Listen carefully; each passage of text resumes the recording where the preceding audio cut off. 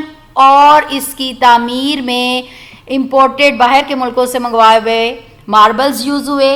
It had 400 rooms and apartments, کے 400 rooms اور apartment تھے. Thousands of slaves and bodyguards of Amir lived there. اور وہاں پر امیر کے ہزاروں باڈی گارڈز اور سلیو رہتے تھے. Question number 9. Why was جنت العارف so famous? جنت العارف اتنی فیمس کیوں تھی؟ The word جنت ul Arif comes from the Arabic word جنت العارف, which means, اس کا مطلب یہ ہے the inspector's paradise. It was one of the best known gardens of Spain. اسے اسپین کے بہترین گارڈنز میں سے کہا جاتا ہے. It was famous because of its wide shades. یہ مشہور کیوں تھی؟ اپنے سایہ دار درختوں کی وجہ سے, واٹر فالز آبشاروں کی وجہ سے, اینڈ سافٹ بریز اور ٹھنڈی ہواؤں کی وجہ سے. It was in the form of an amphitheater. اور یہ ایک ایمفی تھیٹر کی طرح تھی. ایمفی تھیٹر کہتے ہیں ایک ایسا تھیٹر جہاں پر سیٹس وغیرہ لگی ہوتی ہیں. تو اگر آپ دیکھیں اچھے پارکس میں تو بیٹھنے کے لیے جگہ ہوتی ہے, یعنی ایسے جیسے گیلریز بنی ہوئی ہیں, جگہ بنی ہوئی ہیں, گارڈنز ہیں, ٹریز ہیں, اور ساتھ ساتھ ایمفی تھیٹر کی طرح لوگوں کے بیٹھنے کے لیے پلیس ہے. And was irrigated by many streams. اور یہاں پر اتنے زیادہ جو درخت تھے ان کو بہت ساری ندیاں جو ہیں سیراب کرتی تھیں, یعنی بہت ساری ندیوں کا پانی یہاں پہ آ کر گرتا تھا اور یہ گارڈن اتنا پھل پھول رہا تھا, اتنا گرو کر رہا تھا. Thank you so much dear students. اللہ حافظ.